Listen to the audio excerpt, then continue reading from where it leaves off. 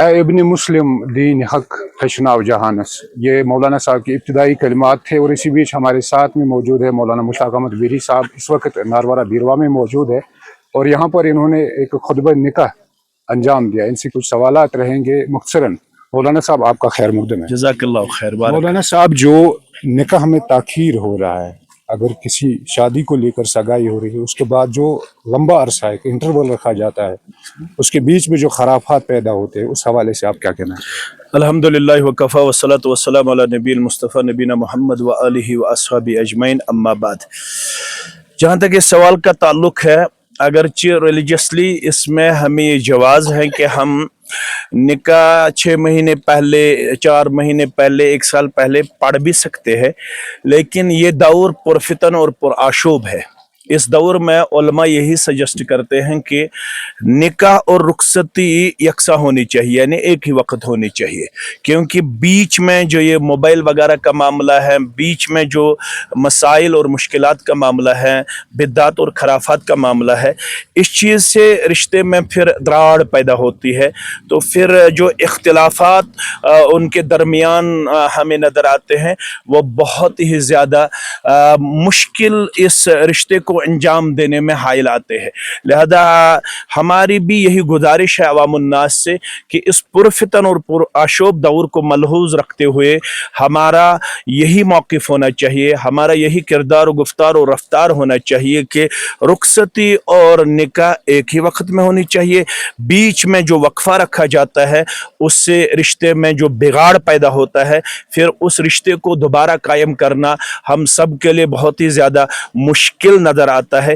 اس لیے بہتر اور افضل یہی ہے کہ بیچ میں وقفہ نہ رکھا جائے، بلکہ بہت ہی قلیل مدت میں رخصتی اور نکاح کو انجام دیا جائے۔ اس سے جو تعلقات ہیں وہ بہتر سے بہتر نظر آ رہے ہیں۔ مولانا صاحب، ایک اور بات کی، جب نکاح ہوتا ہے تو اس سے پہلے آج کل کھجوروں پہ نکاح کو انجام دیا جاتا ہے، جو اس کے باوجود جیسے سگائی ہوتی ہے، پھر اس میں جو فضول اخراجات ہوتے ہیں، اس کو لے کر آپ کیا کہنا چاہیں گے؟ کیا کھجور پہ نکاح انجام دینا محض ایک دکھاوا رہ گیا؟ کیونکہ ہماری نوٹس میں بھی یہ باتیں آتی ہے کہ کہیں نکاحوں میں ایسے خرافات ہوتے ہیں، ایسے فضول اخراجات ہوتے ہیں، تو جیسے کہ پھر بالآخر وہ جب نکاح کرتے ہیں تو وہاں پر کھجور بانٹتے ہیں، اور دنیا کو دکھانے کے لیے کہ ہم نے کھجور پہ نکاح انجام دیے۔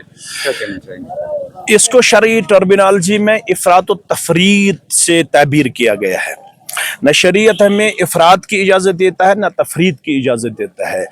نکاح کے لیے جو خرچہ ہمیں شرعی طور پر جو ڈائریکشن ہمیں دی گئی ہیں، وہ 2 چیزوں پہ مشتمل ہے۔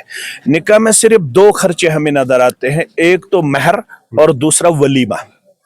اور ولیمہ ایک حدیث کے حوالے سے جو عبد الرحمن بن عوف رضی اللہ تعالی عنہ کے شادی کے موقع پہ آپ صلی اللہ علیہ وسلم نے ارشاد فرمایا، کچھ علماء نے ان الفاظ کو ملحوظ رکھتے ہوئے ولیمہ کو واجب قرار دیا ہے۔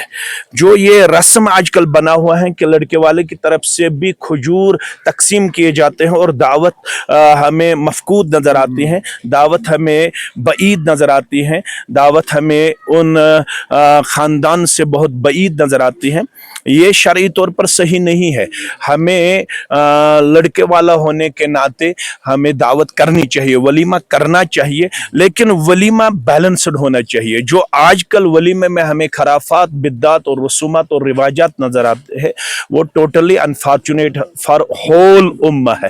It is totally prohibited, it is not permitted in our religion, so that ہمارا یہی ماننا ہے کہ اس میں بھی والذین اذا انفقوا لم یسرفوا ولم یقتروا وکان بین ذلک قواما، جو رحمان کے بندے قرار دیے گئے ہیں، ان کا ایک وصف یہ بھی سورہ فرقان کے حوالے سے آیا ہے، جب وہ خرچ کرتے ہیں نہ وہ بخل سے کام لیتے ہیں، نہ وہ تبذیر سے کام لیتے ہیں، وہ بیلنسڈ کریکٹر اپنے آپ میں پیش کرتے ہیں۔ اس میں بھی ہمیں متوسط کردار اپنانے کی ضرورت ہے، بیلنسڈ کریکٹر ہمیں اپنانے کی ضرورت ہے۔ یہ جو افراط و تفریط ہمیں نظر آتا ہے کہ پہلے کھجور تقسیم کیے جاتے ہیں، بعد میں 7ویں دن میں بہت ہی زیادہ خرچہ کیا جاتا ہے، یہ افراط و تفریط کی ایک شکل یہاں پہ پائی جاتی ہے۔ اس سے بچنا ہر ایک کے لیے ضروری اور لازمی بنتا ہے۔ مولانا صاحب، ایک آخری سوال پوچھنا چاہیں گے کہ اس وقت کشمیر کا نوجوان ذہنی طور دباؤ میں ہے، اور جو نشاور